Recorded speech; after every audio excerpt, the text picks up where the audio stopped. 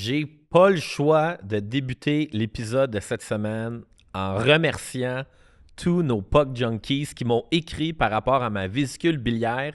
Chose certaine, s'il y a une compagnie pharmaceutique qui veut développer des tests, un nouveau médicament, une nouvelle procédure pour la vésicule biliaire, je pense qu'on a vraiment un bon démographique. Il y a tellement de monde qui m'ont écrit pour ma vésicule biliaire. Je pense que c'est comme 6% de la population qui a des problèmes là-dedans. Je pense que notre communauté, on doit être à 46%. Fait que gros merci de tout le monde qui m'ont écrit des gros témoignages personnels, plein d'affaires. Fait que chose certaine, il faut vraiment que j'aille me faire opérer la vésicule biliaire parce que le monde m'a dit, le gros, niaise pas avec ça. Puis tout ça pour dire que je réalise que je crois que c'est beaucoup plus crédible écouter l'avis de monsieur, madame, tout le monde que des asti de peddlers sur Internet. Tu sais que je me suis fait pogner, moi, là. J'ai acheté une boîte de pilules à fucking 80$.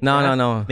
Mais j'ai compris comment il marche. Là, puis là, t'as juste compris trop tard. Mais c'est pas grave, au moins t'as compris. Ouais. Non, oui, mais j'ai aussi compris pourquoi, on va dire, les Andrew Tate de ce monde, ils réussissent. C'est moi, quand je suis sorti de mon rendez-vous chez le médecin, j'étais en mode panique, j'ai peur, mode de solution. Je tape vésicule biliaire sur YouTube, le premier vidéo qui me pogne. J'écoute le gars, il a de l'air crédible. Il s'appelle Sans sur raison. Partout, genre. Il me vend une pilule.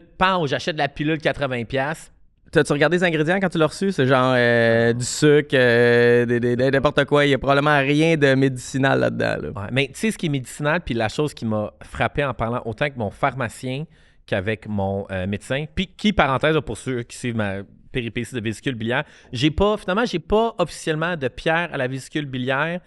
Ils savent pas c'est quoi exactement. Fait que là, il faut que je retourne voir. Ça peut être quoi? Si c'est pas une pierre, t'as pas... Ben, c'est ça, là. Faut que j'aille voir. Pas une gomme à effacer dans la vésicule biliaire, là? Non, je sais pas. J'ai une gogosse dans la vésicule biliaire qu'il faut que j'aille voir un spécialiste de la vésicule biliaire pour qu'il... OK, mais là, elle est là, ta vésicule biliaire? Ouais, mettons, elle est là, elle est correcte. Aujourd'hui, elle va bien? Puis à date, j'ai fait plein de traitements thérapeutiques, mais l'affaire qui va te faire sourire, c'est que quand j'ai fait plein de recherches, évidemment, puis moi, la première chose que je fais quand je vais essayer de guérir mon corps, c'est les champignons. Puis... Comment ça, je l'avais pas vu venir? J'aurais dû avoir venu, celle-là. Et moi, mon idole, le gourou des champignons, c'est Paul Stamets, que lui, sa mère a eu le cancer, puis il a traité sa mère avec, oui, des affaires vraies médicinales, mais il a aussi utilisé un champignon qui s'appelle le turkey tail. Malheureusement, j'ai pas le nom en français. Fait que moi, là, tout de suite, que j'ai fait des recherches sur le turkey tail, qui est un champignon qui aide beaucoup la flore intestinale, qui aide notre système immunitaire. Et fait que quand j'ai parlé avec mon médecin, mon pharmacien, j'ai dit « Hey, j'ai acheté telle affaire, supplément sur Internet. » Automatiquement, les deux catégoriques, c'est de la calice de merde, touche pas à ça. Quand je leur ai dit « J'ai acheté des turkey tail », les deux, j'ai jamais entendu parler de ça, donne-moi 2 secondes. Clique, font des recherches. Ouais, tu peux en prendre, ça devrait améliorer ta condition. Ouais. Ouais, fait que je te dis, les champignons, oublie pas, la base des champignons, c'est la mort. Va falloir... Non, mais ça va prendre une commandite de champignons. Pour vrai, on en parle souvent, puis... Non, mais ma commandite de champignons, la première chose que j'ai faite cette semaine, qu'est-ce que je fais?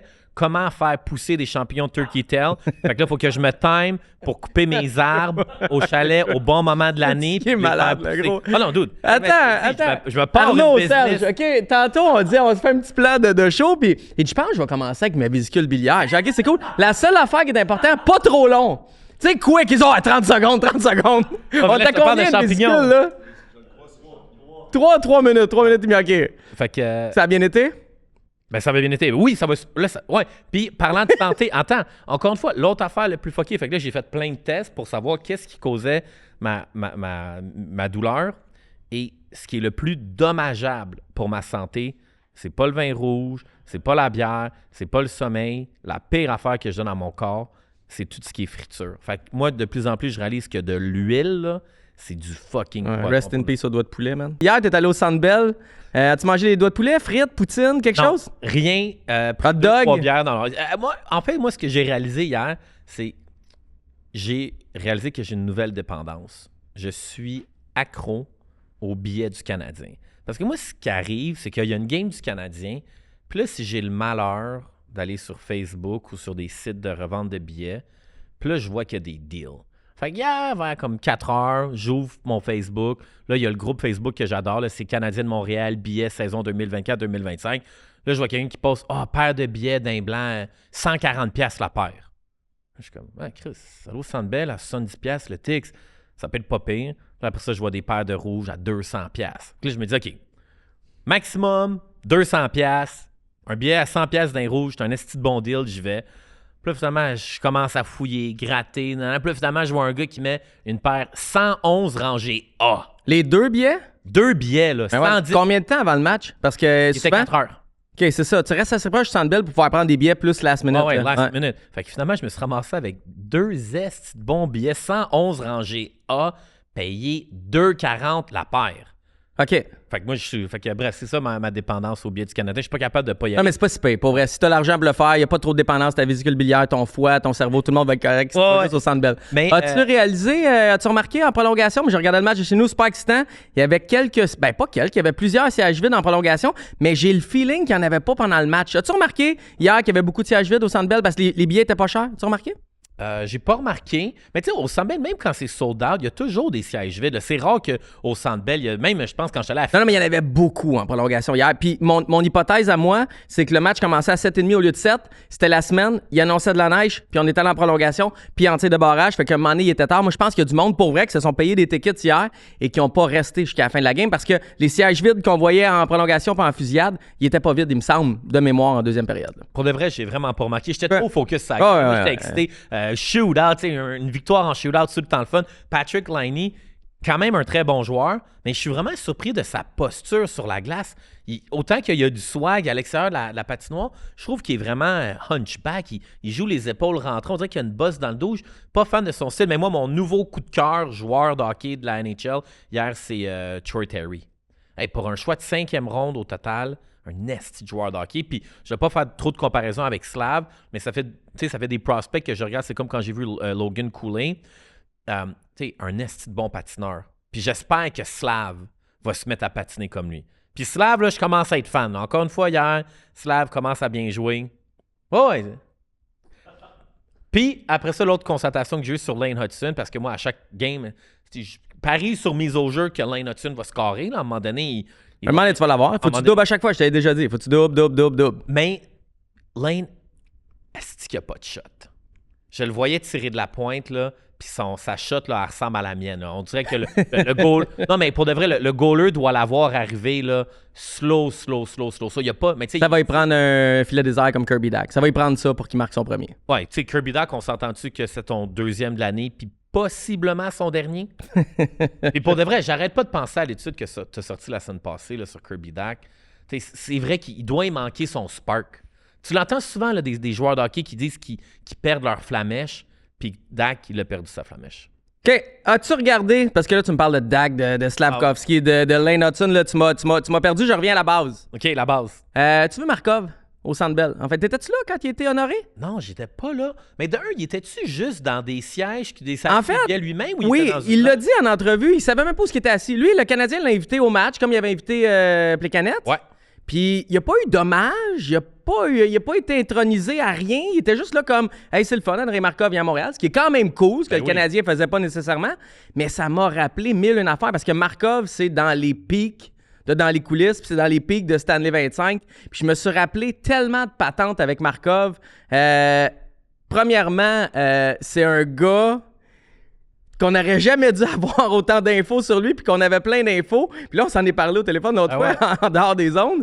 Sa blonde me parlait. Elle parlait à tout le monde. Sa blonde te parlait. Sa blonde parlait visiblement à Tony Marinaro. Sa blonde parlait à peu près à tout le monde. Fait que finalement, on avait tous des scoops de la même personne. Ça m'a fait rire là-dessus, puis ça m'a ramené à une affaire, puis ça arrive plus aujourd'hui. Tout le monde a un agent. On a parlé de Lane Hutson, Joshua Roy, ils ont des agents. Logan Mailloux, ils nous aiment pas tous, c'est pas grave. Andrei Markov, longtemps dans sa carrière, il n'y avait pas d'agent. Je sais pas si tu viens de ça. Il se représentait lui-même. Ouais. Puis quand il négociait avec Marc Bergevin, puis c'était tough, tu sais, comme le boudage de Bergevin n'était pas envers un agent, c'était envers le joueur lui-même. Puis c'est une des raisons pourquoi il n'a pas fait son millième match à Montréal, parce qu'il était rough en égo, puis on a laissé partir Markov et tout. Puis à un moment donné, dans tout ça, moi, je parlais à blonde à Markov, puis elle m'avait dit « C'est moi qui ai rendu l'agente. » C'est pas officiel, je suis pas certifié NHLPA, mais c'est moi qui conseille Markov, c'est moi qui dis quoi dire, c'est moi qui dit comment négocier. Tu sais, je sais pas, c'est premièrement, tout le monde a un agent maintenant, puis deuxièmement, si jamais un joueur qui a plus d'agent, je pense que c'était Ovechkin avec sa mère ou n'importe quoi, mais dans la nouvelle génération, c'est pas leur blonde de quelques années qui gère les négos avec le Canadien. Kent Hughes, il voudra rien savoir de la blonde à Cole Caulfield. Ouais, 100%. Mais en lien avec ce que tu dis avec Markov, puis je fais un parallèle avec notre invité de la semaine passée, Gilbert Dionne. Tu sais, quand Gilbert, il disait, mon Dieu, qu'il trouvait que les nouveaux joueurs sont soft entre les deux oreilles. Tu sais, on fait une comparaison de Kirby Dack qui capote parce que quelqu'un tweet une photo de lui à l'aéroport puis qui bloque ses commentaires parce qu'il y a du monde qui écrive sur Instagram « t'es poche ». Tu sais, ça doit être ça, là, tu sais, l'intimidation, c'est genre « you suck, tu te forces pas ». Puis tu penses à Andrei Markov, là, à chaque année, il y avait tout le temps un genre de scandale. Comme à un moment donné, dans la presse, c'est sorti qu'il s'était fait crosser où il avait vendu un condo, une maison. Tu sais, il y a une couple de femmes. Quand il y avait eu les costines, son nom était pas là, mais il était là. Tu sais, il y avait Amerlik puis lui qu'on n'était pas trop sûr. Toi, t'avais sorti des photos de lui qui fumait, me semble. Non, c'est pas toi qui avais sorti ça dans le temps? Ben moi, ce qui m'avait donné mon plus gros swing sur jthockey.wordpress.com, c'était l'épique photo de lui, Ovechkin, puis deux chicks ensemble pendant un été. Ça, c'est oui. Il était assis avec des chandails de douchebag un peu, là. C'est la meilleure photo ever. Puis tu penses à Andrei Markov, il y a tellement eu de bruit autour de lui, mais pourtant, ça l'a jamais affecté sa glace. Moi, je trouve ça incroyable. Puis c'est sûr que Markov, fait que je me dis peut-être qu'il y a une couple de jeunes joueurs. Tu sais, si Markov pouvait venir conseiller des plus jeunes, tu sais, on va dire le Markov, c'est un Russe. Imagine si Markov pourrait agir en tant que mentor avec Demidov. Ouais. Puis il l'a dit, hein? Il a dit que ça l'intéresserait. Lui, il était adjoint à KHL, ça s'est pas bien passé. Puis il y a des journalistes qui ont demandé quand il était à Montréal, t'aimerais-tu ça être adjoint à Montréal, t'aimerais-tu ça avoir un poste? Il dit, tu sais, je réponds à tous les appels. Il a choisi ses mots, là, c'est un homme de peu de mots, Markov, mais il le ferait. Tu sais, au bon salaire ou à la bonne condition, dans le bon poste, il le ferait. Puis tu sais, Markov avait ce potentiel-là d'être brillant puis de lire des situations puis de pas se regarder le nombril. Quand Subban est arrivé puis tout le monde n'aimait pas Subban, lui a compris que Subban, hey Chris, il va me faire signer un autre contrat de 3 ans à 5,75. Fait que si je me colle dessus puis je suis sur la première ligne avec lui, ben il va pas longer ma carrière, je vais faire plus d'argent. Puis je suis mieux de me coller, c'est ça la nouvelle NHL, c'est ça les nouveaux athlètes. Fait que tu sais, tout le monde, soit au départ, après 6 mois, après 12 mois, après 18 mois, 2-3 ans chez le Canadien, commençait à pu aimer Subban. Markov avait compris à l'avance que Subban allait prolonger sa carrière. Et même Markov, le jour que Commissaire qui jouait plus avec Markov, c'était plus pantoute le même défenseur. C'était plus le même. Mais non, mais puis Commissaire a fait de l'argent grâce à Markov. Markov en a fait grâce à Subban. Puis tu sais, Markov, puis tu parlais de l'étude là, de Kirby Dack. Markov a été opéré au genou. Le ACL, la reconstruction, c'était la même affaire que Kirby Dack a eu, que Reinbacher a en ce moment. Juste que Markov, il était dans une passe où on essayait avec des bouts de cadavres. Parce que d'habitude, quand on reprend le ligament, on le prend ailleurs dans ton corps, puis on amène le ligament, on remplace le ligament croisé ou whatever, comment ça fonctionne, mais c'est toujours avec ton corps. Je sais qu'il y a une tendance vers le synthétique, mais je suis pas sûr que ça marche. Mais Markov, c'était une tendance qu'il y avait dans ces années-là. On prenait l'ACL, le ligament, sur un cadavre. Puis Markov, il a essayé et c'est ça qui a cassé. Puis le tendon, le ligament n'a pas tenu, fait qu'il a été réopéré tout de suite après. Il y a eu deux opérations back-à-back, puis il est revenu au top. Fait que c'est un peu l'optimisme par rapport à l'étude que je te parlais avec Kirby Dack. Écoute, une opération, il peut revenir si Markov est revenu de 2. C'est débile que tu me parles de cadavre parce que j'ai joué au golf cet été avec un gars qui travaille dans la médecine sportive, machin truc. Puis il me racontait que lui, sa job, c'est un trader de bras puis de bouts de cadavre. Hein? Ouais. Il y a une... Attends, c'est ça, j'allais dire, c'est là qu'Arnaud Thierry. Là. Non. Fait qu'il y a un écosystème, là. Fait que dans le monde médical, on va dire, il achète... fait que t'as un mort, mais ouais, salut, j'ai besoin de 3 jambes gauches. Mais non, arrête de niaiser. Non, c'est sûr qu'il niaise, là. Dis, man. C'était ses champignons? Non, mais arrête, là. Puis le gars, il me disait, puis tu vends des bouts de jambes? Ouais, il y a une business, puis ça vaut cher, là. Non, arrête, stop. OK, attends une minute. Des vrais bouts de jambes? Des vrais bouts de jambes. Mais tu fais quoi avec un vrai bout de bras? Mais exemple, il y a un gars qui se blesse. T'as un QB dans la NFL, là. Il a besoin de genre d'une opération, machin truc, mais des fois, avant de faire l'opération, ils vont acheter une autre jambe morte pour tester, puis faire des analyses, puis développer des prothèses. Fait que je te dis, les morts, il y a une business de morts. Je te dis, il y a des price lists, là. OK, fait que moi, j'ai besoin d'un poignet, 3 genoux, 4 coudes. Je te le dis, man. Les motards puis la mafia, ils vendent-tu les cadavres qui tuent là-bas? Non, mais pas vrai. Comme il y a du recyclage. Ouais, bref, tout ça pour dire que je te dis, on va prendre des recherches là-dessus, mais ça m'a crié. Markov, opération ACL. Hey, ça me fait penser. Il y a un gars qui vend des bouts de jambes. Pour finir à Markov, est-ce que tu es d'accord, vrai ou faux, le plus gros fail de Marc Bergevin en carrière avec le Canadien de Montréal, c'est de ne pas avoir re-signé Andrei Markov une dernière année. Oui, parce qu'il aurait pu le faire à pas trop cher. Philippe Danault, c'est un de ses fails aussi. Ouais. Mais Philippe Danault voulait 5 x 5.5. Il voulait 5 x 6, mettons à Montréal, peu importe. Là. Fait que tu sais, ça l'aurait hypothéqué le futur. Markov, t'aurais pu l'avoir pour qu'il fasse ses dernières games. Ben, 100%. Puis en plus, dans ce temps-là, je te parlais d'agent. Écoute, il y a plein d'affaires qui me repopent au cerveau. Markov était allé habiter en Floride chez Sergei Berezin, qui était devenu son agent, mais lui, il était certifié. Mais il y avait un client, c'était Markov. Fait que Markov avait même été prendre un agent pour comme essayer de faciliter pour que ça se fasse avec le Canadien. T'sais, à un moment donné, dans tout le processus, il se représentait plus lui-même ou avec sa blonde. Il avait essayé, je pense qu'il y avait quelque chose à faire. Puis même l'année d'après, quand ça n'a pas marché, à un moment donné, tu le prends. C'était des saisons perdues. Tu le prends, tu le donnes son 10 games, tu fais 1000 games, puis tu passes à autre chose. Puis tu sais, c'est quand même une belle époque. Tu sais, tu me parles de Markov, c'était nice ces années-là, mais bon, whatever. C'est différent aujourd'hui, puis on a tous des gentils garçons, ils sont tous bien cordés, ils sont tous pareils. Si on faisait un rang chez le Canadien, tout le monde arrive vite derrière. Tu sais, je trouve qu'on n'a plus de Markov. Je dis pas je veux des costicines, là, mais tu sais, tout le monde est gentil. Ouais, mais moi, j'aime les Russes. De plus en plus, tu sais, ceux qu'on parle de Russes, on peut parler de Michkov, là. Qu'est-ce que tu voulais me dire sur Je voulais te garder ça en rafale à la fin, mais tu sais, il était à 3 buts gagnants en prolongation. Il était à 1 point par match. Puis on aurait dû le choisir parce que numéro 1, numéro 2, ça se peut que tu ne choisis pas Markov, mais quand le Canadien parlait, ils n'ont pas pris le meilleur joueur disponible. Ils ont pris Ryan Backer. Puis plus on lit, parce que je suis retourné lire des affaires, il y a du monde qui disent qu'ils ne voulaient pas jouer dans un marché canadien. En même temps, il y a tellement de monde qui disent qu'ils voulaient jouer dans un marché canadien. Il avait rencontré le Canadien, plusieurs. Tu sais, il avait parlé à des gens. Il avait dit qu'il voulait jouer à Montréal. Fait en tout cas, je pense que c'est de la bullshit. Ça se peut. Mais je pense que c'est de la bullshit. Deuxième chose, son père qui était décédé. On disait que Michkov était impliqué dans la mafia. Toi, regarde, il est à Philadelphie, ça va bien. Il n'y a pas personne qui... Ça roule. Troisièmement, il est fucking talentueux. On disait que peut-être que ça serait pas bon, son talent, parce que le Skull l'a prêté à Sochi. Mais finalement, il arrive dans NHL. Il est capable de marquer. Tu sais, ça sent tellement le fail qu'on ait pris Ryan Backer au lieu de Michkov. Puis l'autre affaire, c'est que si tu prends Michkov puis ça marche pas, c'est correct. Si tu prends pas Michkov puis il est clos ailleurs, tu parais mal. Fait que qu'est-ce que tu fais dans ce temps-là? Ben, tu le dis à des journalistes. Michkov nous avait fait savoir qu'il voulait pas venir jouer à Montréal. Puis là, finalement, tu coules l'info. Puis là, tout le monde est en train de l'acheter. Ouais, mais Michkov voulait pas venir jouer à Montréal. Je suis pas sûr. Moi, je pense qu'il serait venu. Peut-être je me trompe, mais je trouve que ça fait très, très mal paraître le Canadien. Tu reconstruis, tu as peut-être 3-4 choix top 5. Tu peux pas te tromper sur un choix comme tu te trompais avec Ryan Backer. J'espère qu'il va bien aller, Ryan Backer.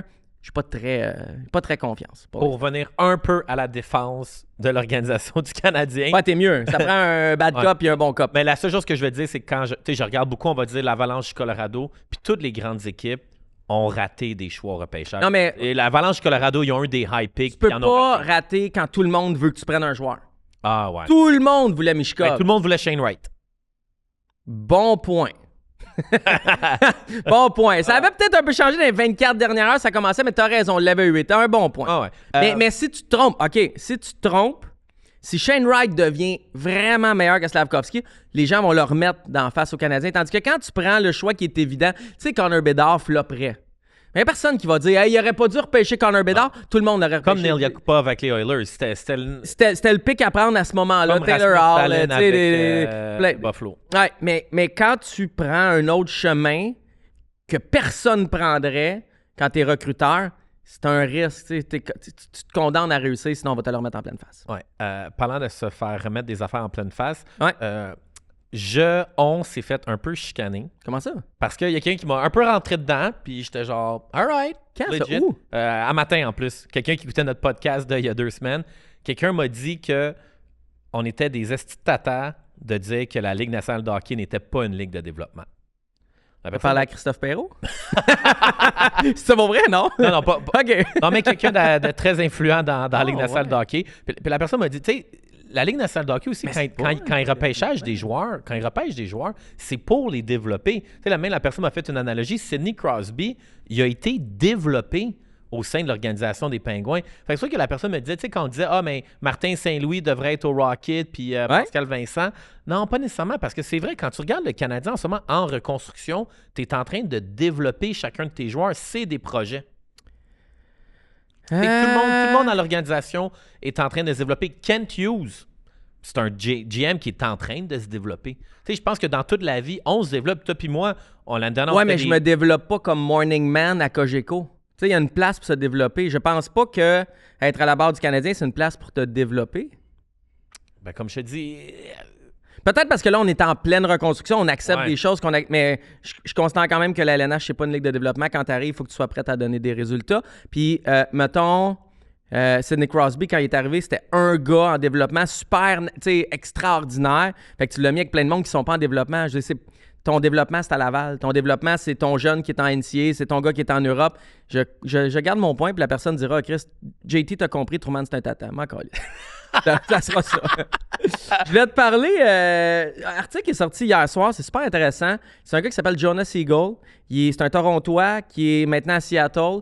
Il est proche de quelqu'un à MLSE parce que lui, il faisait partie de ceux qui avaient breaké que MLSE, Bell avait vendu ses parts. Ils ont vendu 37,5% des Raptors, des Maple Leafs. Donc, Bell est Ils ont plus. vendu? Ouais, Bell a vendu il y a quelques mois toutes leurs parts dans les Maple Leafs. Donc, ils seront plus là. Ça appartient à Rogers pratiquement au complet maintenant. Ah ouais. Et il s'était retiré du deal. Il avait gardé les droits télé sur TSN pour les matchs des Maple Leafs et des Raptors. Cette personne-là était une des premières qui en avait parlé. Jonas Siegel, c'est un gars du web. Là. Il n'est pas dans un média traditionnel. C'est vraiment un gars de web. Puis hier soir, il a lancé que TSN était possiblement ou probablement, là, ces mots, je ne sais pas c'est quel adverbe qu'il a pris, mais à vendre. Wow. Et quand on lit ça, on comprend que Bell, selon Jonas Siegel, sortait des médias et sortait du sport avec les Maple Leafs, mais continuait peut-être à sortir en vendant TSN. Et là où c'est intéressant, c'est que s'ils vendent TSN, RDS va venir avec TSN dans la vente, fort probablement. Fait que je dis pas que demain, RDS va être vendu. Je dis encore moins que ça va être fermé. Mais regarde un œil, tu sais, garde ça en tête, regarde ça. Ça se pourrait que Bell sorte de TSN puis RDS. Puis ça a du sens, Jean, parce que Bell veut toujours augmenter son dividende. Bell est en bourse, ça s'appelle BCE. Ils veulent toujours que le dividende soit plus élevé ou du moins qu'il reste pareil. Puis quand tu restes dans le domaine des médias sportifs, tes revenus baissent. Il y a moins de monde qui écoute la télé traditionnelle, les revenus de pub sont en baisse et tes dépenses augmentent. Ça coûte de plus en plus cher produire du stock. Les droits télé sont plus chers. La LNH va charger plus cher dans le prochain contrat. Donc, comment tu veux garder ton dividende en croissance quand tes revenus baissent puis tes dépenses augmentent? C'est difficile. Fait que je dis pas que ça va être vendu demain, mais on garde un œil sur TSN, RDS qui pourrait être vendu dans les prochains mois, prochaines années, selon Jonas Siegel. On achète RDS. Moi, là, moi, donne-moi une coupe de dizaines de millions, là, je te rachète d'RDS. C'est que j'aurais du fun avec ça. Il y a tellement de belles affaires à faire avec RDS. Autant que pendant vraiment longtemps, je les critiquais. Mais tu sais, RDS, ils ont une petite belle communauté. Tu sais, quand tu regardes la business, je connais pas les chiffres, mais il y a vraiment des opportunités de faire quelque chose de Le brand est fort. Le brand est très leur fort. brand est vraiment fort. C'est bien adapté. Vraiment, ça a pris du temps. Ouais, mais sur là, les leurs réseaux sociaux sont bons. Là. Leur TikTok est bon, leur Instagram est bon. Ils opèrent vite. Ouais. Moi, je reste encore surpris de pourquoi ils n'ont pas fait un genre de Sport 30 adapté au web pour tes nouvelles de sport. Parce que moi, j'écoute religieusement SportsCenter with Jay Onrait. Là, je l'écoute tout le temps. Puis là, maintenant, je l'écoute sur Prime. Moi, je me suis abonné à TSN, $19,99 par mois pour écouter Jay Onrait à tous les matins. Puis à tous les soirs. T'as plus de câble traditionnel? Moi, je suis all-in Amazon Prime. Puis je suis abonné à Sportsnet puis à TSN. Puis la raison, je me serais peut-être abonné à RDS, mais je trouve que leur bulletin de sport, il est trop classique. Il manque de...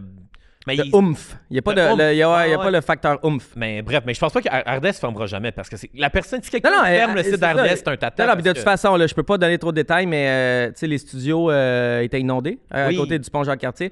Ils sont allés d'urgence dans les bureaux de Bell à l'île des Sœurs.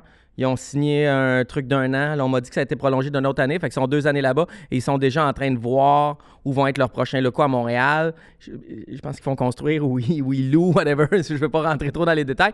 Mais ils se voient à Montréal longtemps. Mais tu peux vendre un brand sans que le brand ferme. Tu sais, je veux dire, 25 Stanley, quand tu l'as vendu, il est resté ouvert quand même un bout de temps. Tu sais, RDS ne fermerait pas demain s'il était vendu. Tu parles d'acheter... je vais ouvrir cette porte-là. Puis tu sais... On se demande toujours, BPM Sport, comment ça va. Ouais. Moi, je m'étais informé pour voir si c'était possible d'acheter la station quand ça s'appelait encore 91.9. J'étais pas tout seul, j'étais avec du monde. Je m'étais trouvé des partenaires. Ça n'avait pas été très fructueux comme processus. Puis récemment, j'ai juste tendu une perche pour voir. j'avais des indices qui me laissaient croire que peut-être le brand pourrait être vendu. Justement, on a des meilleurs codes d'écoute, mais les revenus sont, tu sais, c'est difficile de rentabiliser du contenu puis tout. Puis sans, tu sais, je donnerai pas tous les détails de la patente, mais d'après toi, ça vaut combien BPM Sport? Bonne question. Le Montréal, Gatineau, Québec, Web, Onde FM. Mais faut que tu Avec regardes. les contrats qui viennent, avec le stock, l'équipement qui est sur place, leur licence CRTC. Ben, je connais pas c'est quoi leur revenu. Mais tu sais, après ça, je regarde, ils ont pas. J'ai pas vu des gros commanditaires. là. C'est pas une station qui est profitable. Ils ont des revenus, ils ont des dépenses plus grosses. Mais tu sais, ils ont combien d'abonnés sur Facebook? C'est quoi leur fanpage? Ah, j'ai pas le nom, mais réseaux sociaux, ils ont un bon vibe. Ouais, YouTube, ça va bien, la chaîne à rapport. Instagram, ils ont genre 5000 followers. Ah, ils sont plus que ça, là. Ouais, ils sont dans le 100, je sais pas, 10, 20. 18? Bon, 18. Tu sais, fait qu'ils ont un compte Instagram de 18 000.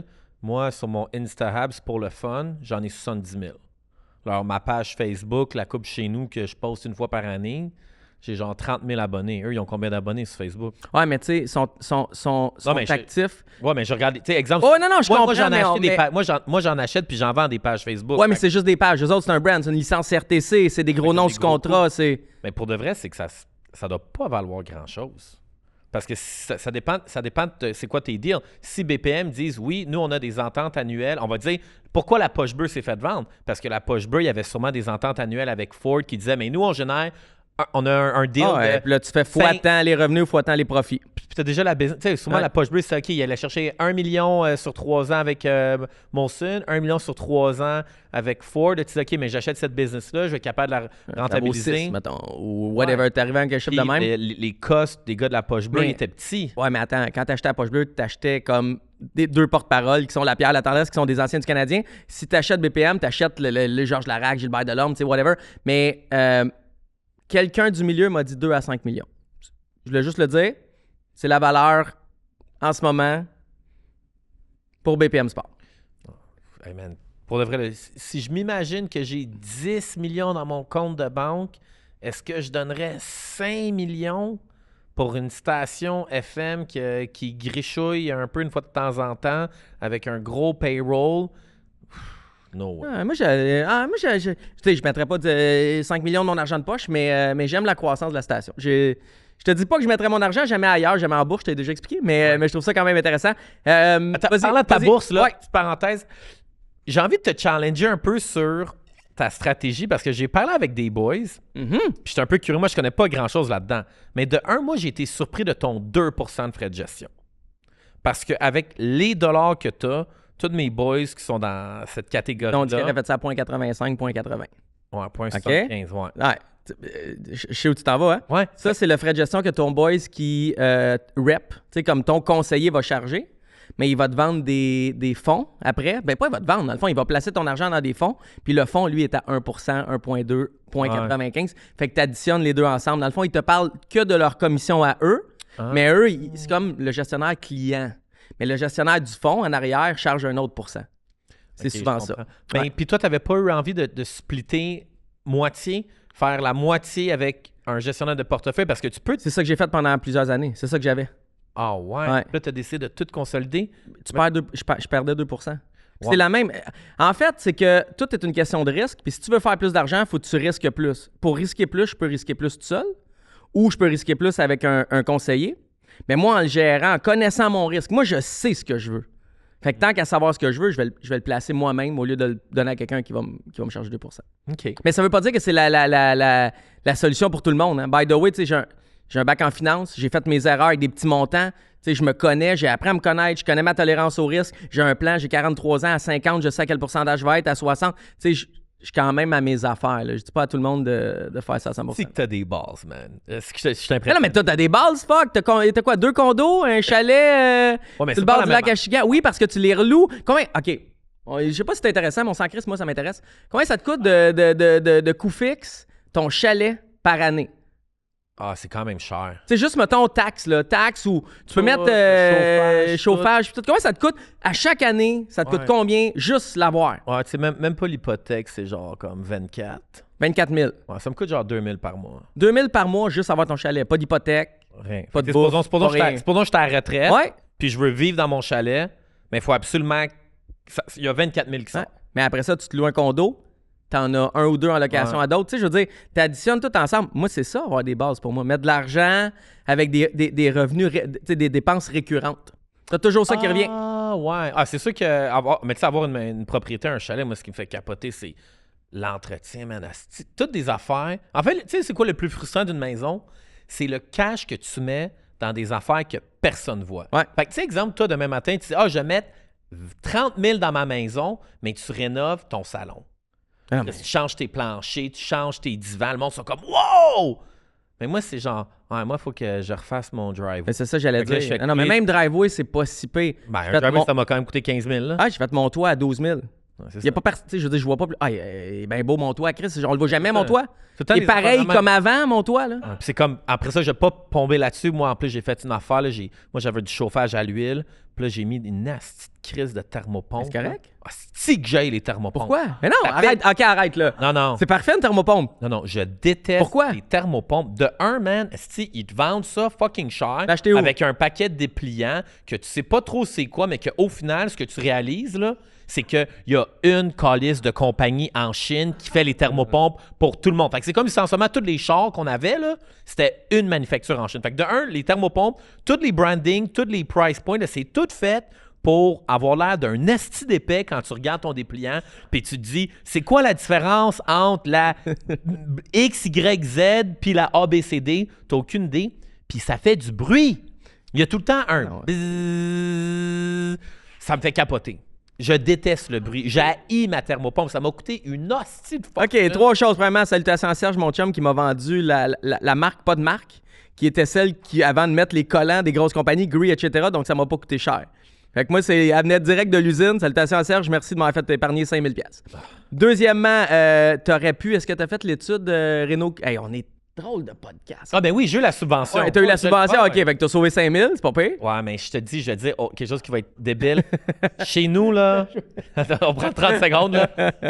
Puis je sais que c'est pas éco-énergétique, mais moi, je chauffais à l'huile. Puis ma maison, là, quand j'arrivais, là, il y avait beau faire moins 40, puis le chauffage était à 15 dans la maison. Je rentrais dans la maison, je startais ma fournaise. En 5 minutes, je me promenais en maillot de bain dans ma maison tellement que ça chauffait vite. Là, avec mon thermopompe, ça part. Je m'en vais dehors. Man, qu'est-ce Là, il faut que t'as j'engage acheté, un menuisier pour me faire un enclos à ma thermopompe. Mais non. Non. Hey, man, c'est compliqué. Il y a plein de boutons, man. Ah, c'est que j'aille ça, man. Sérieux, je pense que j'aime mieux chauffer au bois. J'aime mieux allumer le foyer chez nous puis chauffer au bois que ma crise de thermopompe.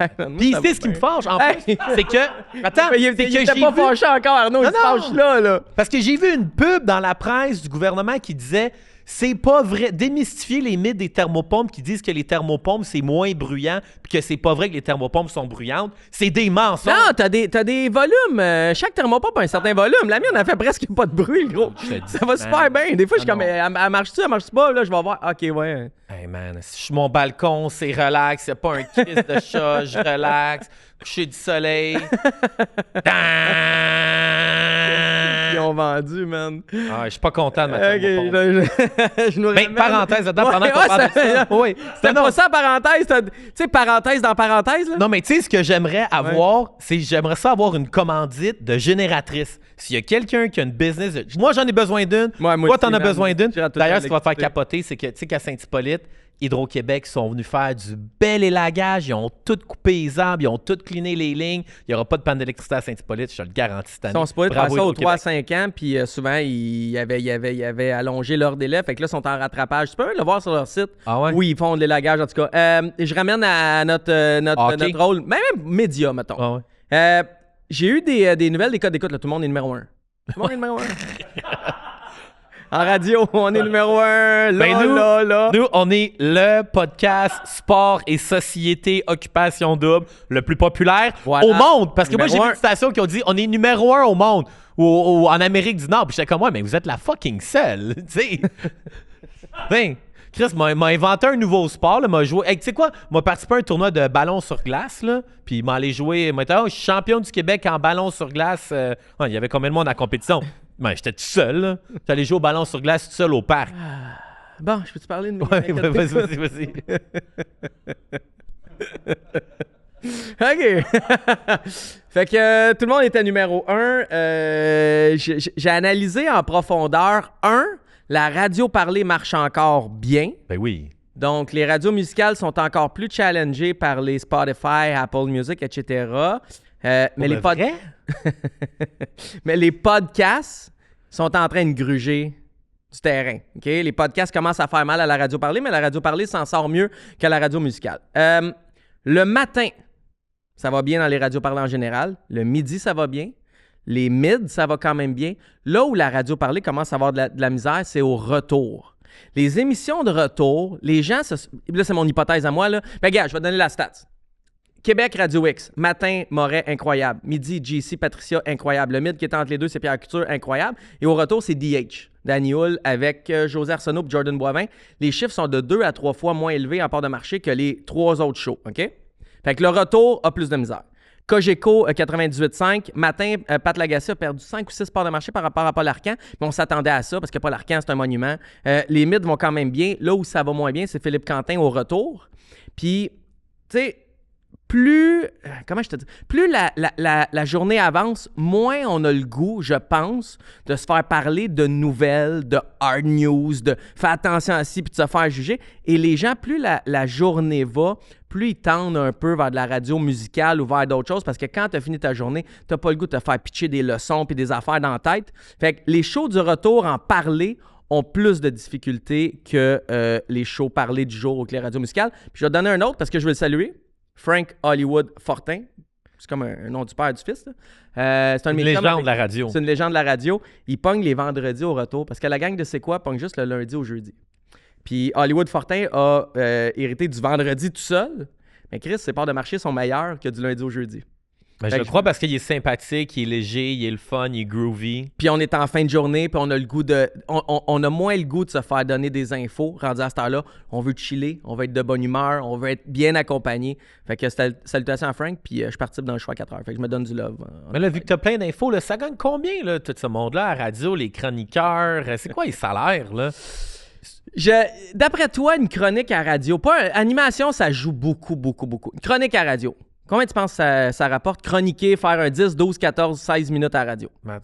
Je sais qu'à une certaine époque, quand le Spornographe était sur Radio-Canada, ouais. Puis j'ai fait une couple de chroniques avec eux autres, ils me donnaient 150$. Oh boy! Ouais, fait que pour une chronique avec le Spornographe, ouais, c'était ça. Avec les gros comme Cogeco, c'est entre 500 et 1000$ la chronique. Fait que regardez les noms qui chroniquent, c'est entre 500 et 1000$ de la chronique. Wow! Mais là, no shit qui sont broke après ça. C'est sûr que c'est des grosses dépenses. C'est vraiment des grosses dépenses. Radio X, c'est un petit peu plus bas que ça. BPM, c'est un petit peu plus bas que ça. Ça va au nombre d'auditeurs qui te coûtent au total. Mais 500 000$ pour chroniquer à 92.5. Moi, j'ai trouvé ça... Hey, 1000$, là, c'est 5 000 par semaine, c'est 40 semaines, c'est 200... Ça fait ça? Ça fait 80 ou 200? 80? 200? 200. Ben, après ça, mais tant mieux pour eux. Tu sais, si ça génère des revenus et ils sont capables de le rentabiliser, tant mieux pour eux. Oui, mais 200 000$ pareil pour faire des chroniques. Fait que vous êtes choyé, vous devez le savoir, vous devez l'apprécier, vous devez être heureux si vous faites 200 000$ à faire des chroniques à radio. Mais après ça, ce qui devient difficile, c'est toujours se dire qui amène quoi? Est-ce que c'est la station qui amène les auditeurs ou c'est l'animateur qui amène les codes d'écoute? Parce que et là, l'argent, si tu sais que tu dis, si j'ai tel chroniqueur, exemple, j'ai n'importe quoi. Ouais. C'est comme si demain matin, à chaque fois qu'on invite Marie-Pierre Morin sur le podcast... on fait 100 000 views au lieu de 10 000. Elle nous amène 2000 au lieu de 200. Fait qu'elle vaut 1008. Fait qu'on pourrait y offrir 1000 puis rentrer dans notre argent. Ouais, c'est ça. Fait que je pense que c'est le même le calcul qu'ils font. Là. OK. Hey, histoire de fun que je veux te raconter, qui est quand même... Ouais, là, on retourne un peu dans mon champ de patates, qui va faire la bonne transition avec nos invités de tantôt. Fait que j'ai un de mes boys qui a commencé à fréquenter une ancienne blonde d'un joueur de hockey. Je te dirais pas de nom. Là. Non, mais j'essaie juste de me faire un de tes boys de ton âge? Ouais, genre. Ouais, qui sort avec une ancienne blonde d'un joueur du Canadien. Il sort plus... Joueur de hockey. Je veux rester large. Fait que le gars, il rencontre la fille, je sais pas trop comment. Puis après ça, il a texte puis il dit « Hey, j'ai un mariage en fin de semaine. Veux-tu m'accompagner au mariage? » C'est un peu comme première date, ben whatever. Là. Il s'entendait bien avec la fille, il l'avait croisé dans un bar, un resto. Il disait viens au mariage avec moi. La fille, ouais, cool, non. Gros mariage, vraiment cool. Il dormait à l'hôtel, fait check-in dans la chambre d'hôtel. vont souper. Mariage assez arrosé qu'un moment donné, pendant la soirée, lui et la fille, ils se tapent un peu ses nerfs puis ils se pognent, tu sais. Fait que lui, il est comme, tu sais, pas qu'il s'en calisse, mais il est genre, ah man, C'est mon mari. Je vais me faire du fun pareil, là. il s'en va se faire du fun pareil, il s'en va chiller avec d'autres mondes, puis elle, est gros mariage, il y a peut-être 300-400 personnes, fait qu'elle aussi, elle s'en va se faire du fun pareil, tu sais. Finalement, le soir, il se couche ça dans la chambre d'hôtel, il voit qu'elle a pris ses affaires et est parti, tu sais. Ah, tu sais, pas de stress. Mais tu sais, des fois, le danger de quand tu dates des filles qui ont goûté à l'argent, des fois, la conscience de l'argent, elle disparaît, tu sais. Fait que le gars, il arrive pour check-out de l'hôtel. Ils sont comme ah, monsieur, voici votre bill. Un bill de... Devine. Il prend un chip juste pour le fun. 5 ans. 14 000 piastres. Mais non. À commander des bouteilles de Dom Pérignon puis des bouteilles de cognac. Puis... Sur le bill à l'autre qui est parti s'amuser de son bar puis elle s'amuse de l'autre bar. 14 000. Hey, man, le gars, il me disait... Très nerveux, man. Le gars, il a du fucking cash, tu sais. Fait qu'il est comme une chance. Parce que, tu sais, moi, si je vais sur une date, là, puis je sors de l'hôtel, puis j'ai une facture de 14 000, ben ça se peut que je t'appelle pour t'emprunter de l'argent. Non, mais t'as 14 000. Hey, Max, tu faire un transfert. C'est toi. Ouais, fait que j'étais... Mettons, je fouille, je saurais pas. Ça vaut pas la peine de savoir c'est qui la fait. Tu seras pas, puis le même, là-bas, il voulait pas que je le dise. Je dis pas d'être fâché que je le raconte. Mais j'ai dit non, je te jure, je le raconte pas. Ouais, mais si tantôt, j'ai droppé de quoi que j'avais promis que je raconterais pas. Mais, ouais. Crise de podcast de con. Fait que ça peut être tricky. Fait que peut-être, si jamais. Tu sais, mais après ça, je me mets dans. Le gars, il arrive à l'hôtel avec la fille, pas de problème, all good. Mais bref, une chance que le gars, il a vraiment de l'argent. Ah, ouais, parce que date pas n'importe qui. Ouais. Je veux te parler rapidement des pubs. Tu parles beaucoup de pubs canadiens. Je suis tombé sur les pubs des Sands. Faire une histoire courte, ils ont fait une pub en anglais puis une pub en français sur YouTube, sur Facebook. Puis en anglais, elle est parfaite. En français, il y a 6 erreurs de français dans une mini-pub. Puis les sénateurs disent qu'ils veulent prendre soin du partisan de Gatineau puis du partisan québécois qui est souvent un partisan du Canadien. Puis les Sens, dans leur plan, Michael Endelauer, qui a acheté la concession, a dit que c'était important pour lui. Ils ont engagé un ancien journaliste, Sylvain Saint-Laurent, qui est bilingue, qui vient de cette région-là, qui est conscient de la légèreté facile à offusquer du côté de l'Outaouais par rapport à Ottawa. Puis quand ils ont fait une pub web sur Facebook, ils ont traduit avec ChatGPT ou avec Google Traduction ou un autre AI. Tout croche, personne n'a vérifié, ça leur tentait pas d'appeler. Je le sais que c'est le web, c'est pas Sylvain Saint-Laurent, mais ça leur tentait pas de vérifier avec ou de demander à n'importe qui parle français dans le groupe de pas avoir des expressions qui ont pas de sens puis des erreurs de français niaiseux. Fait que juste un thumbs down aux sénateurs parce qu'ils le savent que c'est important et ils l'ont fait tout croche. Occupe-toi bien de ton partisan francophone au Québec ou occupe-toi-en pas pantoute, mais quand tu t'en occupes comme ça, c'est pire que si tu l'ignorais parce que tu y manques de respect. Fait que juste un gros thumbs down aux Sens avec cette campagne-là. Ouais, je trouve ça vraiment dommage, surtout au niveau des communications, publicité, communication. Je trouve que quand je vois des aussi grosses erreurs, ça enlève l'espèce de noblesse. Tu sais, moi, quand j'étais jeune, c'est tellement une utopie de dire « Ah, wow, tu travailles pour une organisation de la NHL, ça a tellement de l'air glorieux. » Puis dans le fond, là, après ça, tu vois des erreurs de même en vieillissant, puis tu te dis, Colin, ils sont bien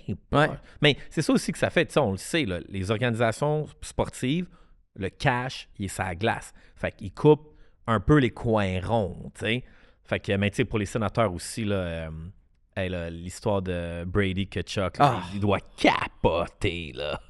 Parce que c'est sûr que Brady Tkachuk, s'il veut aller jouer à New York, il va y aller. C'est sûr qu'il finit par quitter Ottawa dans les... Deux prochaines années, 3, 1.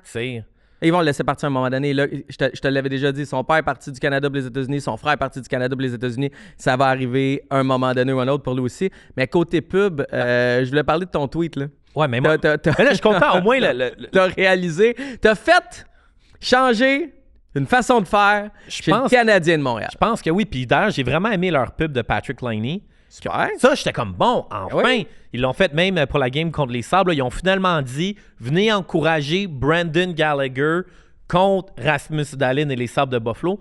Mais tu sais qui fait du fucking bon marketing? C'est le Rocket de Laval. Des fois, j'ai l'impression, tu sais, un peu comme tu disais, là, Pascal Vincent devrait être à Montréal, Martin Saint-Louis des Juniors, mais des fois, j'ai l'impression que le gars qui run le show Rocket, il est meilleur que le Canadien. Tu sais ce que le Rocket aussi ont fait cette semaine? Non. à tous leurs détenteurs de billets de saison, ils leur ont donné un beau jacket varsity du Rocket de Laval. C'est un jacket qui vend sur le site web 300$. C'est pas le même, parce que j'étais allé au Rocket il y a 10 jours, puis tout le monde avait le même jersey. Tous les abonnés de saison ont un jersey du Rocket. Il est genre en cuir, là, ou en cuirette, whatever. Il était écœurant. Ouais. C'est-tu le même jersey que tu parles? Ouais, c'est ça. Exact. Mais tous les abonnés de saison se le sont fait donner. Je suis pas sûr que c'est cette semaine. Je pense que c'est juste avant le début de la saison. Ouais. Tout le monde est arrivé. Il était écœurant, puis j'aimerais ça d'en porter un sur le plateau. Donc, si le Rocket m'entend, si t'es fan du Rocket, si t'as un manteau, prête-moi-en une journée. J'aimerais ça le porter. Il était écœurant. Mais tu sais ce que j'ai envie de banter avec toi, un petit brainstorm marketing, c'est que tu sais ce que le Rocket devrait faire qui serait vraiment hot, c'est que le Canadien de Montréal ne pourra jamais changer son logo. Tu peux pas faire un alternate. Mais le Rocket de Laval, tout ce qu'ils ont fait du Rocket, moi je trouve ça génial. De l'aréna à côté du métro, comment ils développent la place plein d'affaires alentour. Il y a plein de restos.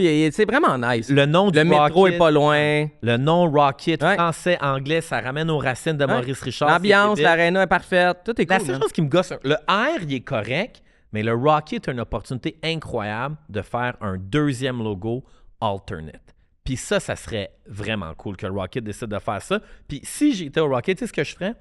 À Montréal, il y a tellement de gens qui sont des bons designers. On a beaucoup de monde créatif au Québec.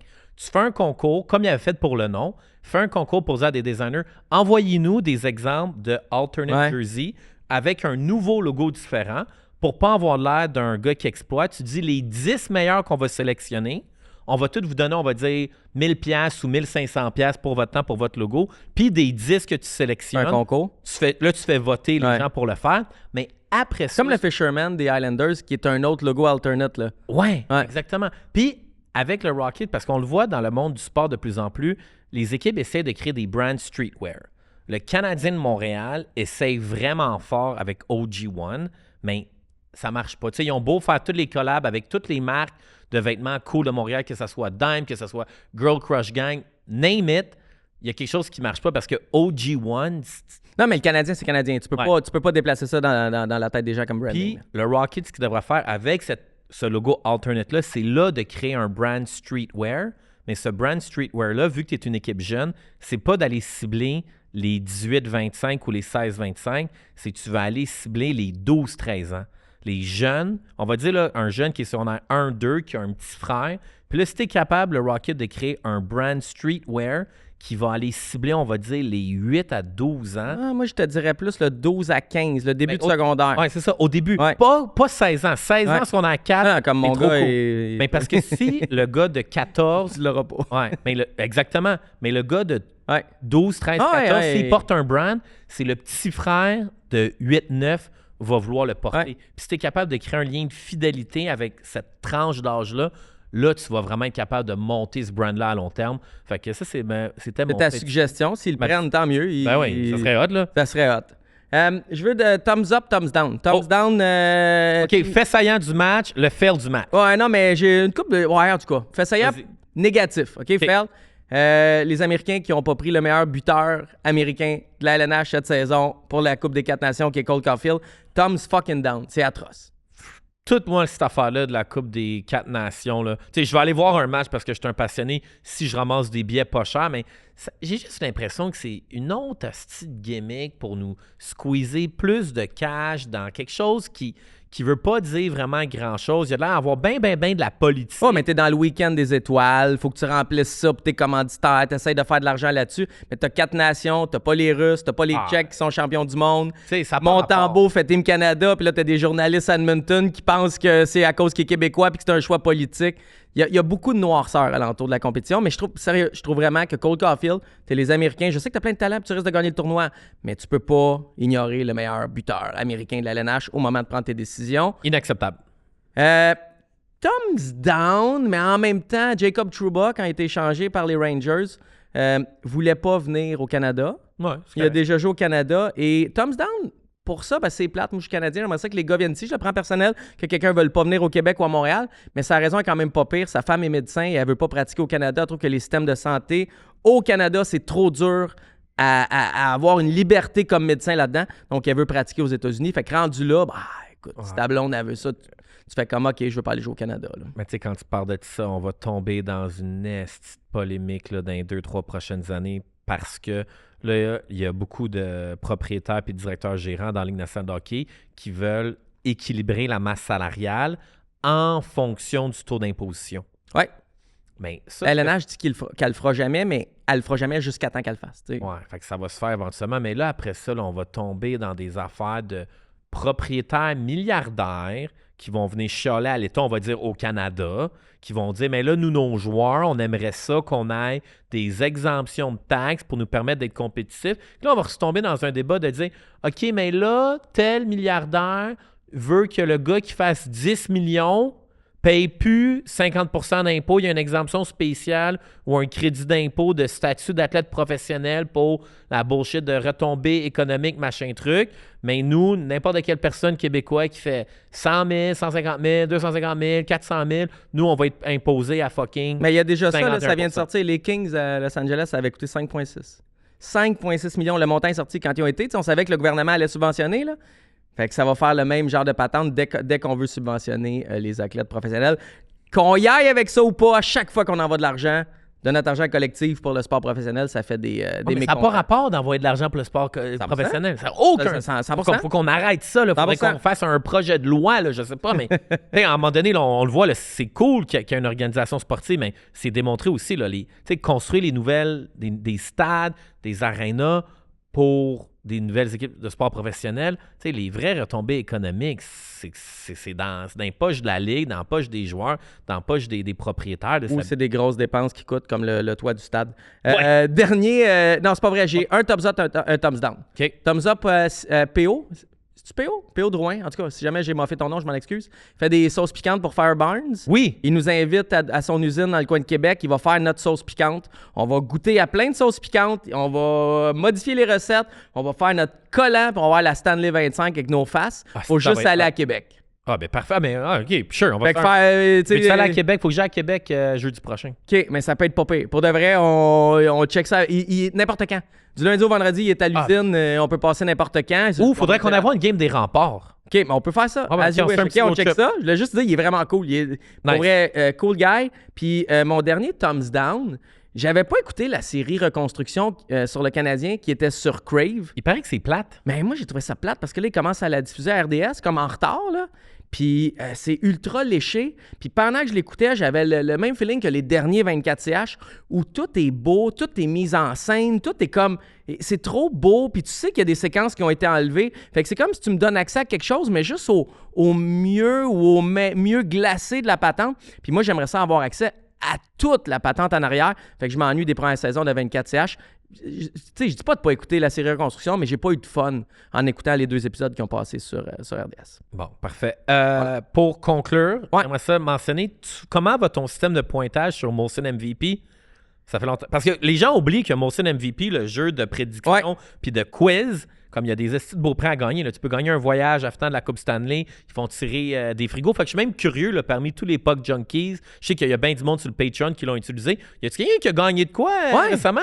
Y a-t-il quelqu'un qui a gagné un frigo, qui a reçu un... Ben là, nous, on a fait tirer des jerseys, mais y a-t-il quelqu'un qui a gagné de quoi? Y a-t-il un puck junkie qui est dans le top du leaderboard? Fait que, on rappelle Molson MVP sur l'application. C'est pas une application, c'est un site web. Sur le site web, pendant les matchs. Pendant les matchs, autant du Canadien que toutes les autres équipes. Moi, je le fais juste quand c'est le match du Canadien.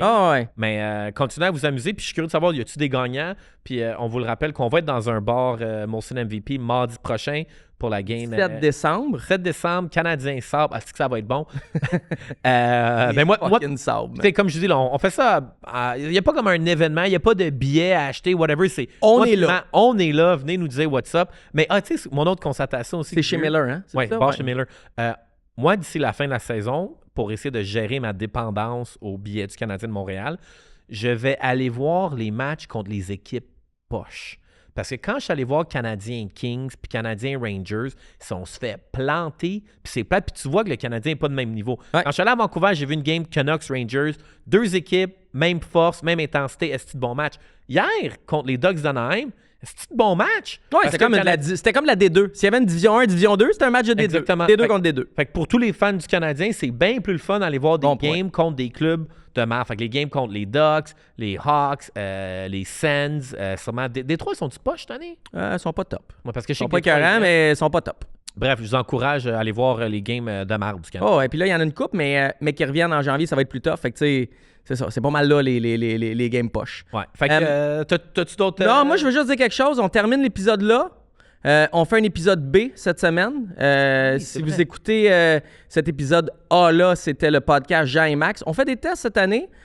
On essaie de voir si on a un potentiel de faire un podcast à deux avec des spéciales, avec invités qui sont dans des podcasts séparés. Donc, cette semaine, on le dit-tu, c'est qui? Ouais. on a genre la winner d'Occupation Double. Pas la winner, le coup de cœur. Mais pour moi, c'est la winner. Ouais, exactement. Parce que je connais pas l'autre. Ça vient juste avec 10 000 au lieu d'un condo à 300-400 000, mais c'est pas grave. C'est la winner pareil.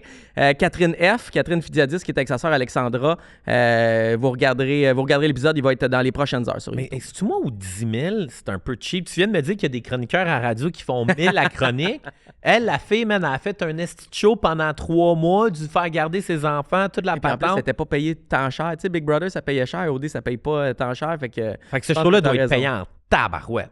J'imagine. Il faut. Parce que tu payes pas ton staff. Mais en tout cas, peu importe, on partira pas contre OD, je les aime. Ouais. Puis sinon, encore une fois, merci à tous nos Puck Junkies sur le Patreon. Merci vraiment beaucoup de nous abonner. Ça nous permet de produire le show, payer notre staff, payer des invités. Fait que c'est vraiment apprécié de ça. Puis n'oubliez pas de vous abonner sur notre chaîne YouTube. Si vous nous écoutez sur Spotify, les 5-star reviews font du bien. Ça va permettre à Maxime de s'acheter des nouvelles casquettes à chaque semaine. Ouais, exact. Commence à manquer de casquettes. Là. Peace out.